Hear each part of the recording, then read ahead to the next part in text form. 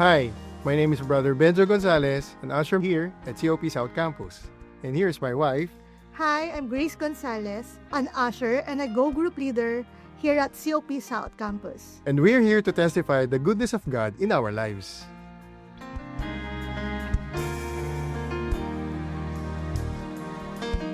Nag-start po ako sa COP around, I think, 1981. Yung Robinson's Days na po. Ako naman po, start ako sa COP nung mag-girlfriend-boyfriend pa lang po kami. Nagkakilala po kami sa isang fast food na branch. Manager trainee siya, manager ako. Boss niya ako that time. Ngayon siya na yung boss ko. Kinasal po kami 2008. So I have 6 children, 5 daughters, and 1 son. 2007 po, we were just an audience by then. Kasi that time, sa amin, parang busy kami sa work. Parang, okay na yun, may attendance na kami. When it comes to finances po, parang it's a paycheck to paycheck. Naging VA po ako sa work from home. That was 2021 po. Yun po yung kasagsagan ng COVID-19. So, fast forward po, after a year, 2022 po, I was taking a bath. So, may nakapapo ako on my right breast po, na parang bukol po siya. Binaliwala ko lang siya, baka kasi nabangga ko lang or something.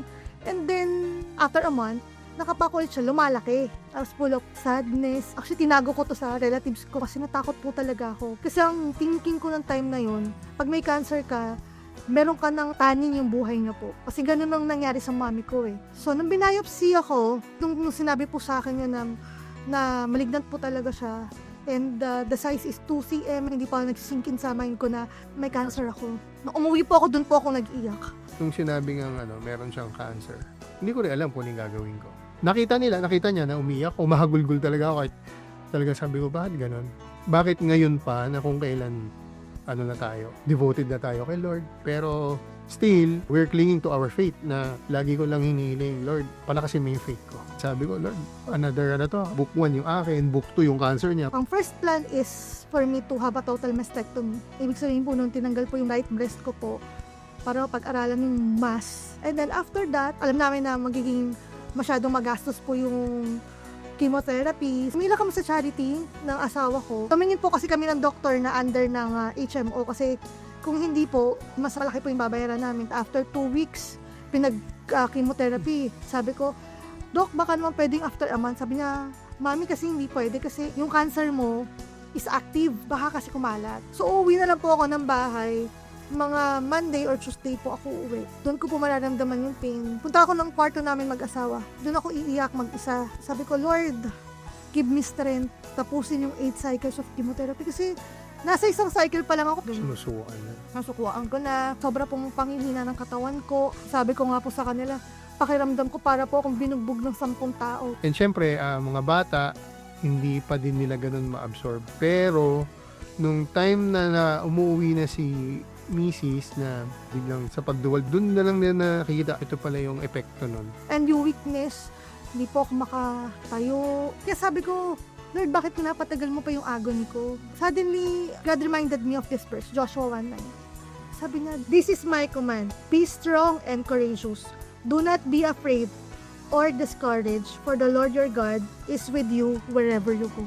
Nagpe-pray po kami as sa family before mag-start ako ng work, before sila matulog. Isa-isa po kami. Daily devotions muna, tapos Prayers. At saka lagi yung sinasabi na gagaling si Mami. Basta magpe-pray tayo. After the 8th session of chemotherapy, then they recommended po na mag-radiation ako. Sabi sa akin ng doktor ko, pag nag-radiation ka, tumingin ka ng hospital na mas malapit sa inyo kasi manghihina ka talaga doon. Tapos, everyday po yun. Saturday, Sunday lang po yung wala. Sabi ko, mukhang hindi ko nakakayanin. Sabi ko gano'n. Sabi niyo po ako ng tamang doktor na sasagot po sa mga questions in mind ko that if I still need to undergo this or no need na po. Ang revelation sa akin ni Lord nung time na yon, Grace, mag-ministry ka muna. Pag nag-ministry ka, hindi lang kita pagagalingin. I will declare cancer-free on you. Nag-start na po ako ng ministry nun. That was 2023. Ako po yung nauna as an usher. Then eventually, after ilang months, naging go group leader po ako sa aming family. So, napunta na po yung tita ko sa Manila Doctors. Blessings in disguise, ibang doktor ko pala yung napuntahan namin. Pero oncologist din naman siya. Di sabi niya, sige, nandito na rin naman kayo. Ano ba yung maglilingkod ko sa inyo? Ano ba po yung pwede nyo masuggest sa kanya?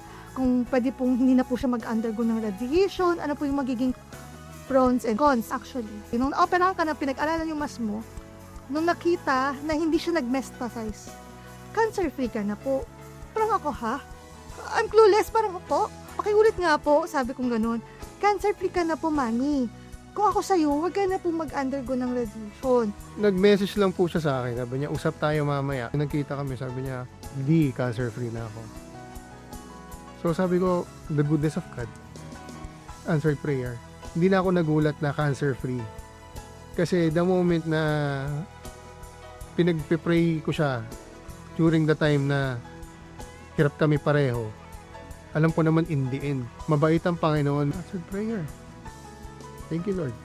Then this July 2025, so I had this thyroid storm. Nagkaroon ako ng heart enlargement and nagkaroon ng tubig yung baga ko.